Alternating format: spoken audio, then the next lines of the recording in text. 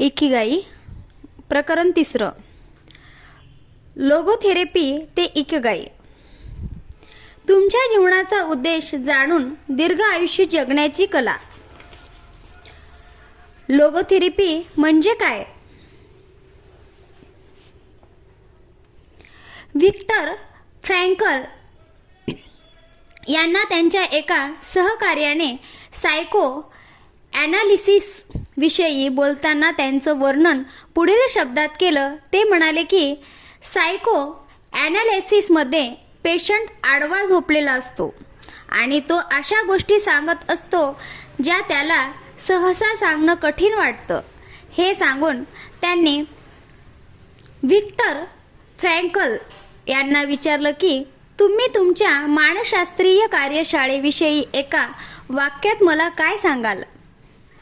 Frankl म्हणाले की logotherapy मध्ये पेशंट खुर्चीवर बसून अशा गोष्टी ऐकत असतो ज्या ऐकणं त्याला त्यावेळी कठीण वाटतं.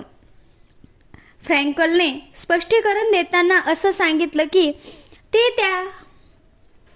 ते त्यांच्या पेशंटला पहिला प्रश्न हाच विचारतात की तुम्ही आत्तापर्यंत आत्महत्या का केली नाही?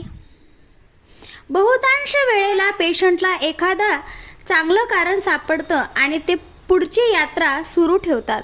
मग लोगोथेरपी नक्की काय करते? याचं उत्तर एकदम स्पष्ट आहे. ती तुम्हाला जगण्यासाठी कारण शोधायला मदत करते. लोगोथेरपी लोकांना त्यांच्या जीवनाचा उद्देश समजवायला मदत करते, ज्यामुळे त्यांच्या जीवनाला अर्थ प्राप्त होतो. त्यामुळे त्यांना जगण्याची नवी उमेद मिळते आणि ते नव्या उत्साहाने समस्यावर मात करायला आणि त्यांची नकारात्मक कार्यशैली बदलायला तयार होतात. जगण्याचा उद्देश. व्हिएन्ना क्लिनिकमध्ये फ्रँकल यांनी केलेले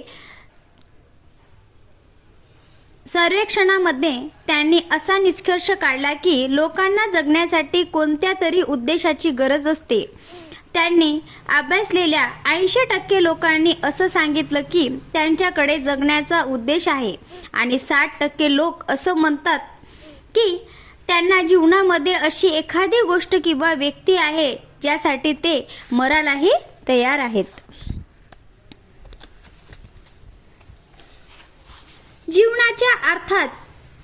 जीवनाच्या अर्थाच्या शोधात. आपल्या जीवनाचा उद्देश शोधणं हा फ्रँकल यांच्या जीवनाचा केंद्रबिंदू बनला आणि त्यांच्या शोध कार्याला गती मिळाली. लोगोथेरपीचा सारांश सांगायचा झाला तर खालील 5 पायऱ्यांमध्ये सांगितला जाऊ शकतो. पहिली पायरी, लोकांना त्यांच्या जीवनामध्ये पोकळी, चिंता आणि निराश जाणवते. दुसरी पायरी, थेरपिस्ट त्यांना जाणीव करून देतो की याचा अर्थ असा आहे की तुम्हाला तुमच्या जीवनाचा उद्देश शोधण्याची तीव्र इच्छा आहे. तिसरी पायरी, पेशंटला त्याच्या जीवनाचा उद्देश सापडतो. चौथी पायरी, पेशंट त्यांच्या मर्जीप्रमाणे तो उद्देश निवडतो किंवा नकारतो. पाचवी पायरी, त्याला मिळालेल्या या नव्या उद्देशांच्या आधारे तो त्याच्या समस्यावर मात करतो आणि नव्या सकारात्मक जीवनशैलीने कामाला सुरुवात करतो. या 5 पायऱ्या आहेत. फ्रँकल स्वतः त्यांच्या तत्वासाठी आणि उद्देशासाठी जगायला आणि वेळ प्रसंगी मरायलाही तयार आहेत.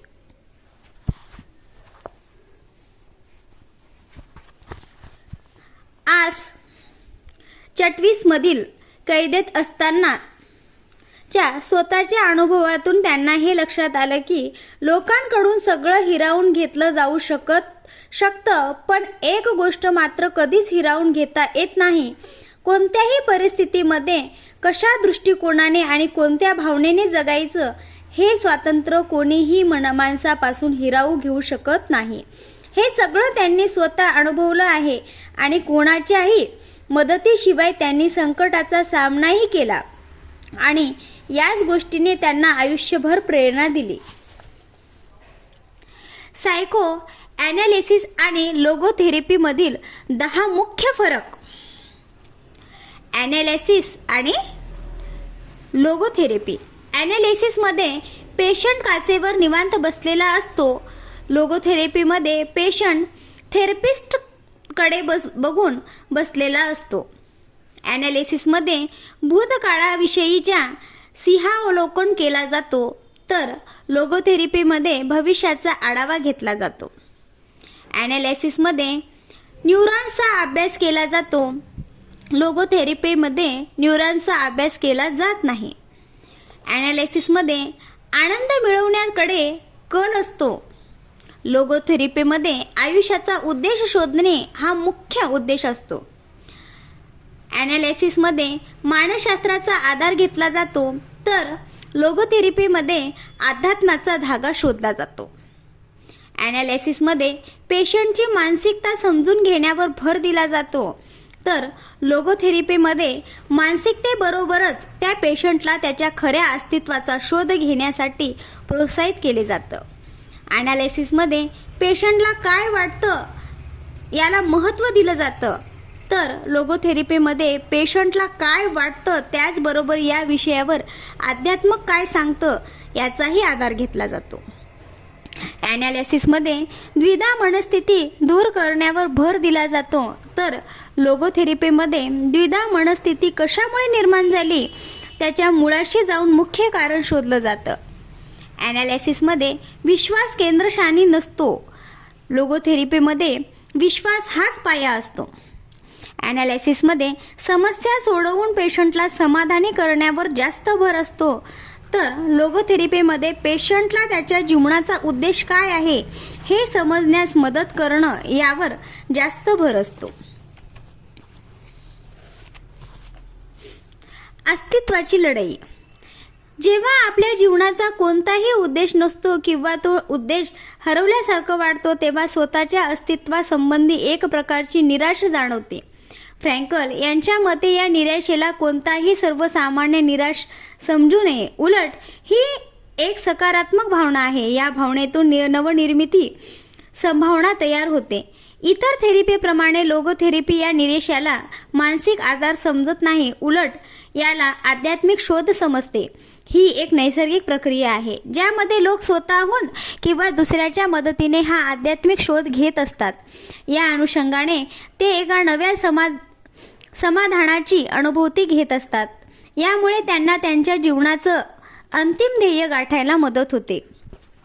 जेव्हा एखाद्या माणसाला अशा प्रकारच्या मदतीची गरज असते, तेव्हा लोगोथेरपी त्यांच्या मदतीला धावते. लोगोथेरपी त्यांना जीवनाचा उद्देश शोधायला मदत करते आणि मनातील द्विधा मनस्थिती दूर करायला मदत करते, ज्यामुळे त्या ध्येयाच्या दिशेने ती व्यक्ती वाटचाल करायला लागते. मॅन्स सर्च फॉर मीनिंग या पुस्तकामध्ये फ्रँकल यांनी अशी कल्पना केली की ज्याला का या प्रश्नाचं उत्तर माहीत असतं त्याला कोणत्याही प्रश्नाचं कसं याचं उत्तर मिळतंच.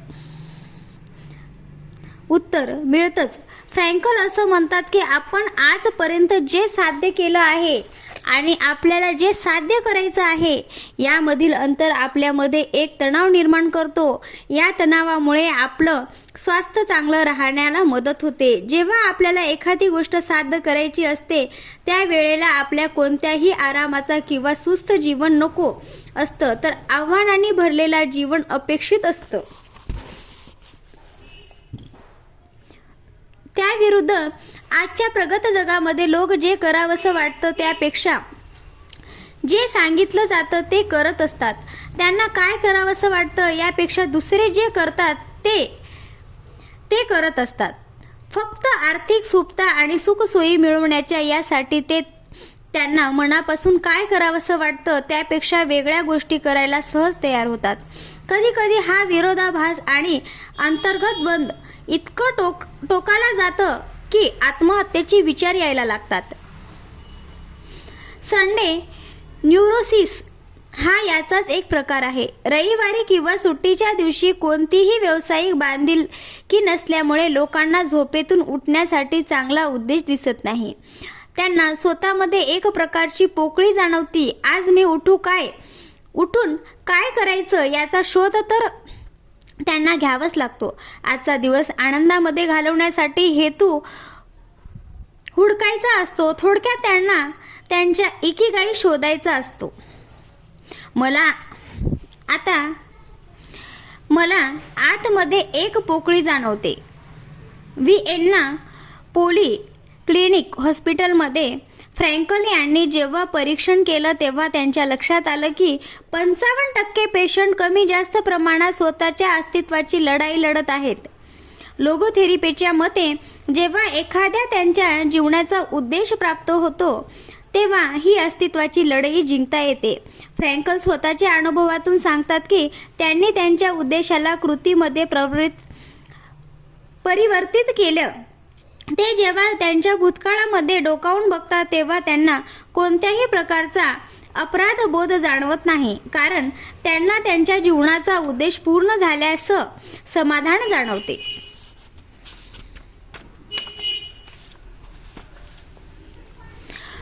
लोगोथेरपीच्या माध्यमातून चांगल्या जीवनाकडे वाटचाल.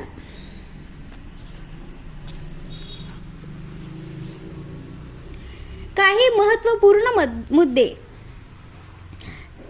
स्टार्ट म्हणतात की आपण जीवनाचा उद्देश बनवत नाही तर आपण तो शोधून काढतो. आपल्यापैकी प्रत्येक जीवनाचा एक उद्देश असतो आणि आयुष्याच्या प्रत्येक वाटेवर टप्प्यावर त्यांच्यामध्ये थोडाफार फरक पडत असतो. ज्याप्रमाणे सतत काळजी करत राहिल्याने ज्याची भीती वाटते तीच गोष्ट घडायला लागते, त्याचप्रमाणे आपल्या लक्ष्यावर प्रमाणापेक्षा जास्त लक्ष केंद्रित केल्याने ते आपल्यापासून दुरावते. विनोदी आणि उत्साही वातावरणामध्ये निराश आणि नकारात्मकता दूर जाते. आपल्यापैकी प्रत्येकामध्ये असामान्य आणि महान कार्य करण्याची क्षमता असते. आपण कोणत्या परिस्थितीमध्ये आहोत यावरून नाही, तर त्या परिस्थितीमध्ये आपण कोणते निर्णय घेतो यावरून आपण ते ध्येय साध्य करू की नाही हे ठरवतं. पुढील काही पानामध्ये आपण फ्रँकल यांनी केलेल्या परीक्षणाची माहिती घेणार आहोत, ज्यामुळे आपल्याला जीवनाचा उद्देश जगण्यावर कसा परिणाम करतो हे लक्षात येईल. Case study. 1. Viktor Frankl. German concentration camp छळछावण्यामधील कैद्यांच्या मानसशास्त्रज्ञाने जेव्हा अभ्यास केला तेव्हा त्यांना जाणवलं की ज्या कैद्यांना बाहेर पडून बाहेरील जगामध्ये काहीतरी कार्य करायचे आहे, ज्यामध्ये असं काहीतरी करण्याचा पक्का विचार आहे, तेच लोक या छावण्यांमधून जिवंत बाहेर येण्याची शक्यता जास्त असते. फ्रँकल त्यांच्या बाबतीतही ही बाब खरी ठरली. तिथून बाहेर पडल्यावर त्याने लोगोथेरपी विषयक कार्यशाळा सुरू केल्या. तेव्हा त्यांच्या लक्षात आलं की ते स्वतः याच पहिलं उदाहरण होतं. ते स्वतःच या गोष्टीबद्दलचे पहिले उदाहरण होते. फ्रँकल यांना एक ध्येय साध्य करायचं होतं, त्यामुळे त्या कॅम्पमध्ये टिकाव धरून शकले. जेव्हा ते कॅम्पमधून बाहेर आले आणि मध्ये आले तेव्हा त्यांच्याकडे त्यांनी अभ्यास केलेले सर्व लिखाण होते जे त्यांनी प्रकाशित करायचे होते.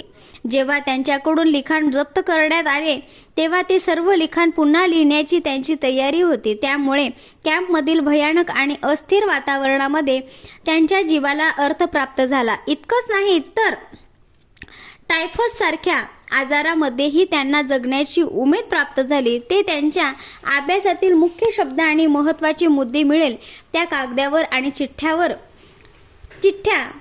लिहून ठेवायचे. केस स्टडी. 2. अमेरिकन राजकारणी. उत्तर अमेरिकेतील एक राजकारणी फ्रँकल यांचा सल्ला घ्यायला आले होते. ते गेल्या 4 वर्षापासून अमेरिकेमध्ये मानसोपचार तज्ज्ञाचा सल्ला घेतच होते. फ्रँकल यांनी त्यांना मूलभूत प्रश्न विचारला की तुम्हाला मानसोपचार तज्ज्ञाचा सल्ला का घ्यावासा वाटला. तेव्हा त्यांनी सांगितलं, आमचे नियम आणि परराष्ट्रीय धोरण मला पटत नाहीत आणि मी सदस्य असल्यामुळे मला त्या नियमाचा आणि धोरणाचं पटणं नसतानाही पालन करावं लागतं. ते ज्या मानस उपचार तज्ज्ञाकडे जात होते त्यांचं असं म्हणणं होतं की त्यांनी त्यांची राजकारणी वडिलांशी असलेले मतभेद दूर ठेवावेत आणि जरी त्यांना पटत नसल तरीही ते एकाच विचारसरणीचे आहेत असं भासवत. वैयक्तिक आणि राजकीय संबंध चांगलेच आहेत असं लोकांना भासवावं. गेले कित्येक वर्ष ते तज्ज्ञ त्या राजकारण्यांना हेच समजावत होते, पण ते वास्तवता उतरत नव्हतं. फ्रँकल याने त्यांना काही दिवसांमध्ये सांगितलं की त्यांच्या विचारांमध्ये द्वंद्व हे राजकीय मतभेदामुळे नाही, तर त्यांना मनाविरुद्ध या क्षेत्रात काम करावं लागतं आहे यामुळे निर्माण झालं आहे. काही वर्षानंतर फ्रँकल यांना त्या राजनेत्यांकडून अशी माहिती मिळाली की ते आता दुसऱ्या क्षेत्रामध्ये कार्य करत आहे आणि खूप आनंदी आहेत. फ्रँकल यांच्या मते त्या राजनेत्याला मनसोपचारांची गरज नव्हती. खरं तर इतके वर्ष त्यांनी मानसिक रुग्ण समजण्याचीही आवश्यकता नव्हती. ते त्यांच्या जीवनाचा उद्देशाच्या शोधात होते. जेव्हा त्यांना त्यांच्या जीवनाचा उद्देश मिळाला तेव्हा ते जास्त आनंदी आणि समाधानी जीवन जगायला लागले. केस स्टडी 3. आत्महत्याचा प्रयत्न करणारी आई. एक आई जिचा 11 वर्षाचा मुलगा जग सोडून गेला होता ती फ्रँकल यांच्या क्लिनिकमध्ये उपचारासाठी आली होती. तिने आपल्या जन्मापासून पॅरेलाइज असणाऱ्या दुसऱ्या मुलाला आणि स्वतःला संपवण्याचा प्रयत्न केला होता.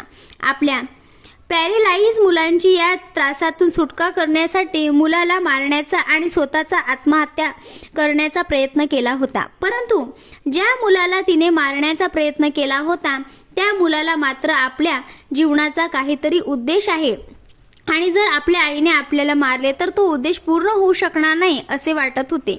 त्या महिलेने आपली ही व्यथा चर्चा सत्रामध्ये मांडली. तिला मदत करण्यासाठी फ्रँकल यांनी दुसऱ्या एका महिलेला स्टेजवर बोलवलं आणि तिला अशी कल्पना करायला सांगितली की ती मृत्यूशय्येवर आहे.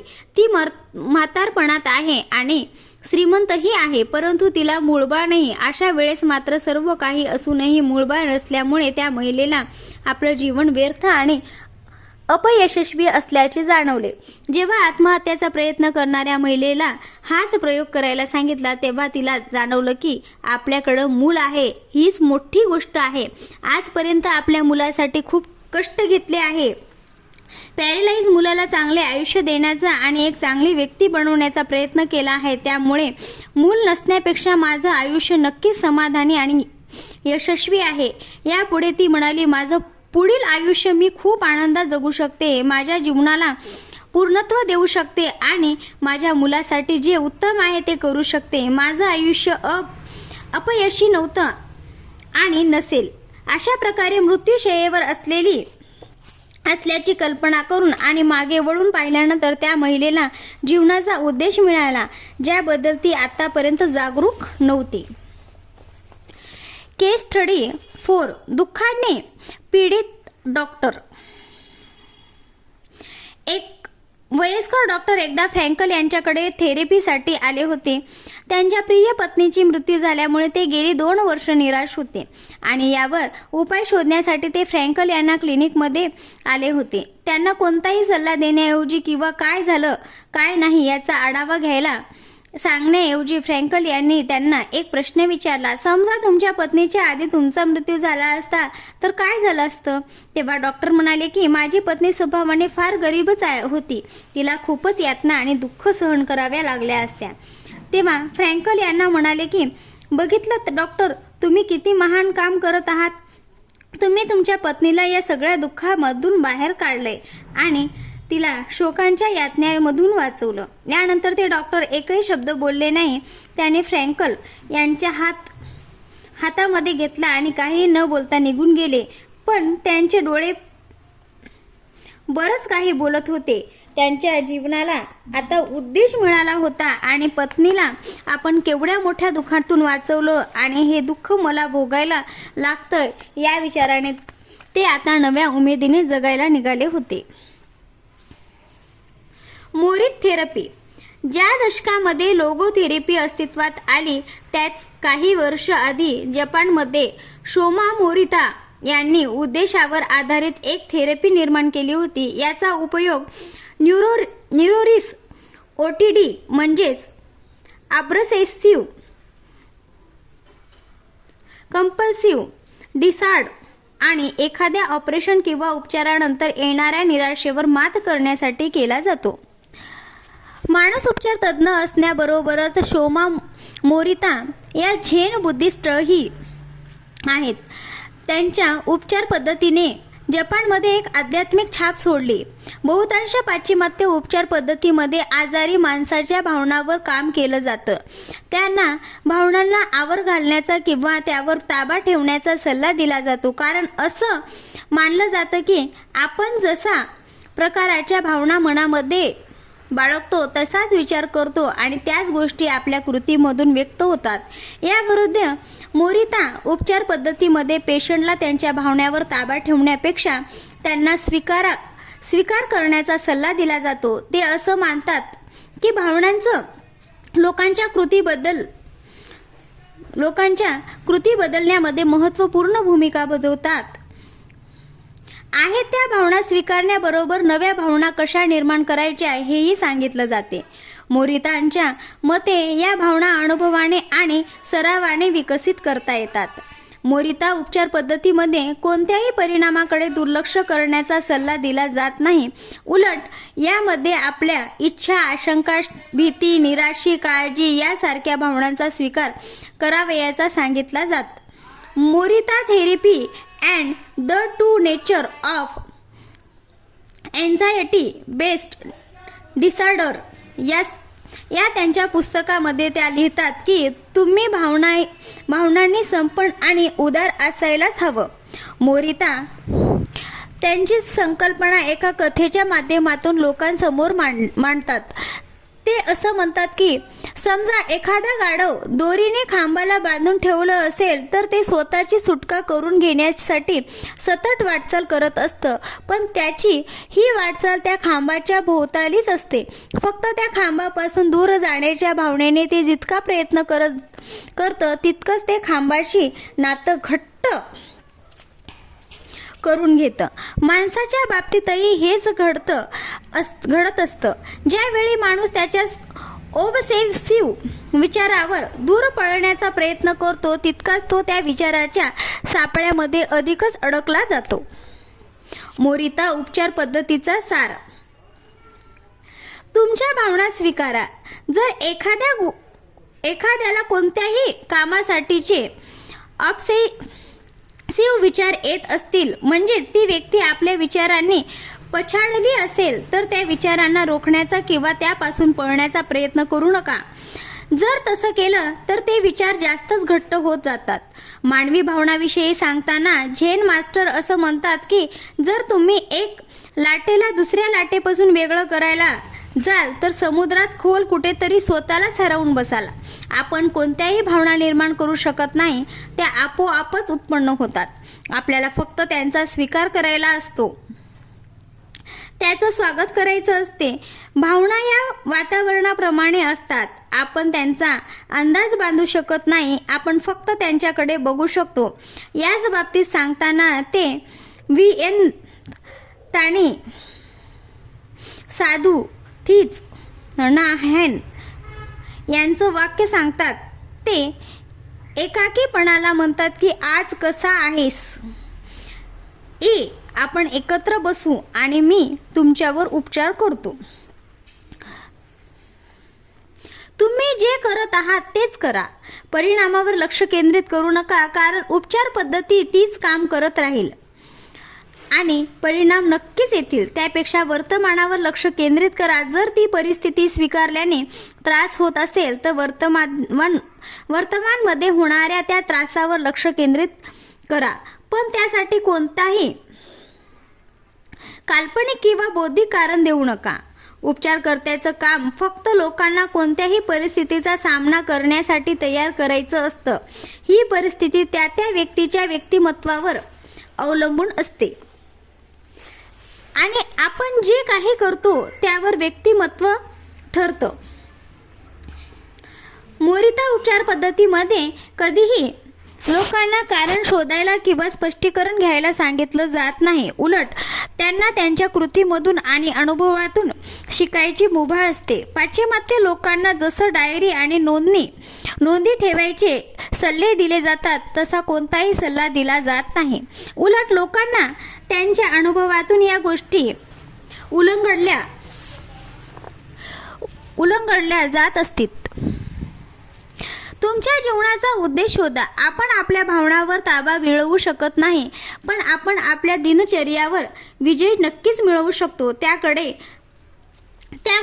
आपल्याकडे जीवनाचा स्पष्ट उद्देश असायला हवा आणि मोरिता मंत्राचं पालन करण्याची तयारी हवी. आता मी काय करायला हवं? आता मी कोणती कृती करायला हवी? जर या प्रश्नाची उत्तर हवी असतील तर स्वतःच्या आतमध्ये डोकावून एकीगाई शोधण्याची तयारी हवी. मोरिता उपचार पद्धती 4 टप्पे. मोरिता थेरपी जी साधारण 15 ते 21 दिवस चालते त्यामध्ये खालील टप्प्यांचा सहभाग असतो. वेळ, राहणं आणि आराम 5 ते 6 दिवस. पहिल्या आठवड्यामध्ये पेशंटला एका खोलीमध्ये आराम करण्यासाठी पाठवलं जातं आणि बाहेरील कोणत्याही उत्तेजक गोष्टीपासून लांब ठेवलं जातं. टीव्ही, पुस्तक, मित्रपरिवार या सगळ्यांपासून संपर्क तोडला जातो. पेशंट बहुतांश वेळा झोपूनच राहतो आणि उपचार करणारी व्यक्ती तिला दिवसभरामध्ये बरेच वेळा भेट देत असते. अर्थात ती पेशंटला कमीत कमी भेटण्याचा प्रयत्न करते. तिथे पडल्यास आपल्या भावनांमधील चढ उतार पाहण्याचा सल्ला पेशंटला दिला जातो. जेव्हा तिथे थांबून पेशंट प्रचंड कंटाळतो आणि काहीतरी करण्यासाठी सज्ज होतो तेव्हा त्याला उपचाराच्या पुढच्या टप्प्यांमध्ये नेलं जाते. हलकं व्यावसायिक प्रशिक्षण 5 ते 6 दिवस. या काळामध्ये पेशंटला शांत वातावरणामध्ये लहान सहान काम करायला सांगितले जातात. त्यामध्ये त्याला डायरीमध्ये त्याच्या विचारांची आणि भावनांची नोंद ठेवायला सांगितली जाते. त्याचबरोबर बागकाम, चित्रकला आणि रंगकामासाठी काम करायला सांगितले जातात. या काळामध्ये पेशंटला उपचार करण्याच्या व्यक्ती व्यतिरिक्त कोणताही इतर व्यक्तीशी बोलण्याची परवानगी नसते. व्यावसायिक थेरपी 5 ते 6 दिवस. या काळामध्ये पेशंटला कष्टाची काम करायला सांगितली जातात. डॉक्टर मोरिता यांच्या पेशंटला डोंगरावर घेऊन जातात आणि लाकडं तोडायला लावतात. या व्यतिरिक्त पेशंटला लिखाण, रंगकाम आणि सिरॅमिकची भांडी बनवणं अशी कामही करायला सांगितली जातात. या काळामध्ये पेशंट कामाशी संबंधित बाबीविषयी इतरांशी बोलू शकतो. सामाजिक आणि वास्तविक जगाशी संबंध. या टप्प्यामध्ये पेशंटला पुन्हा त्याच्या जगामध्ये परतायला सांगितलं जातं. यामध्ये जरी तो त्याच सर्वसामान्य आयुष्य जगायला लागलं तरीही ध्यान तसेच उपचार दरम्यान त्याचे विकसित केलेले व्यावसायिक थेरपीचा तो लाभ घेत राहतो. या पूर्ण प्रक्रियेचा एकच हेतू असतो, तो म्हणजे समाजाला एक नवीन आणि उद्देशपूर्ण व्यक्ती देणे, जी कोणत्याही सामाजिक आणि मानसिक दबावामध्ये स्वतःचा उद्देश प्रेरित असते. नाइकन ध्यान पद्धत. मोरिता हे झेन मास्टर आणि नाइकन या आत्मपरीक्षणाच्या संबंधित ध्यान पद्धतीचे अभ्यासक आहेत. त्यांची पूर्ण उपचार पद्धती ही याच कार्यप्रणालीवर अवलंबून आहे आणि त्यांच्या मते प्रत्येकाने स्वतःला 3 मूलभूत प्रश्न विचारायलाच हवेत. मला एखाद्या व्यक्तीकडून काय मिळालं? पहिलं. दुसरं, मी त्या व्यक्तीला काय दिलं? तिसरं, माझ्यामुळे त्या व्यक्तीला काय त्रास झाला? या प्रश्नाच्या उत्तरामुळे आपल्याला समोरच्या विषयी असलेला त्रास कमी होतो. आपल्या समस्याविषयी समोरची व्यक्ती दोषी न वाटता आपल्याला आपल्या जबाबदारीची जाणीव होते. मोरिता असं म्हणतात की जर तुम्ही रागात असाल आणि तुम्हाला भांडण्याची इच्छा झाली तर 3 दिवस थांबा आणि मग भांडायला सुरुवात करा. तुमची भांडण्याची तीव्र इच्छा आपोआपच नाहीशी होईल. आणि आता इकिगाई. लोगोथेरपी आणि मोरिता थेरपी या दोन्ही थेरपी तुम्ही स्वतःच्या अनुभवातून साध्य करू शकता. त्यासाठी मार्गदर्शनाची किंवा आध्यात्मिक शिबिराची गरज नसते. इकिगाई ही तुमच्या अस्तित्वाची खरी लढाई आहे. एखादा व्यक्ती ही लढाई जिंकली आणि आपला इकिगाई समजला की फक्त साहसाने आणि प्रयत्नाने त्या मार्गावर चालण्याची तयारी हवी. पुढील प्रकरणामध्ये आपण या मार्गावर चालण्यासाठी लागणाऱ्या साधनाची माहिती घेणार आहोत. तुम्ही निवडलेल्या कामाविषयी आस्था, सकस आणि योग्य आहार, कमी प्रमाणात व्यायाम प्रकार आणि कठीण परिस्थितीमध्ये हार न मानण्याची सवय, हे सगळं करण्यासाठी एक गोष्ट लक्षात ठेवायला हवी की या जगामध्ये कित्येक सदोष लोक आहेत, तरीही जगामध्ये विकासासाठी आणि ध्येय प्राप्तीसाठी खूप संधी आहे. तुम्हाला ज्या गोष्टी करायची प्रेरणा आहे त्या गोष्टी करण्यासाठी तुम्ही स्वतःला झोकून घ्यायला तयार आहात का?